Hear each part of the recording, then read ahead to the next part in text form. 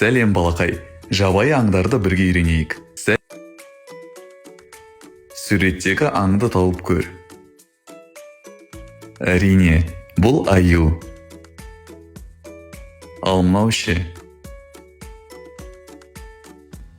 Бұл қоян, жарайсың. Мынау қандай аң? Дұрыс, бұл маймыл. Бұл қандай аң? Бәрекелді, бұл жолбарыс. Суреттегі аңды тауып көр. Әрине, бұл аңдардың патшасы арыстан. Ал мынау ше?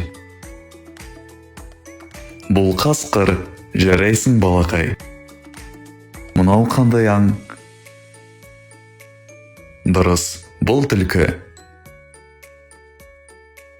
Ал балалар, сендерге қызықты болды ма?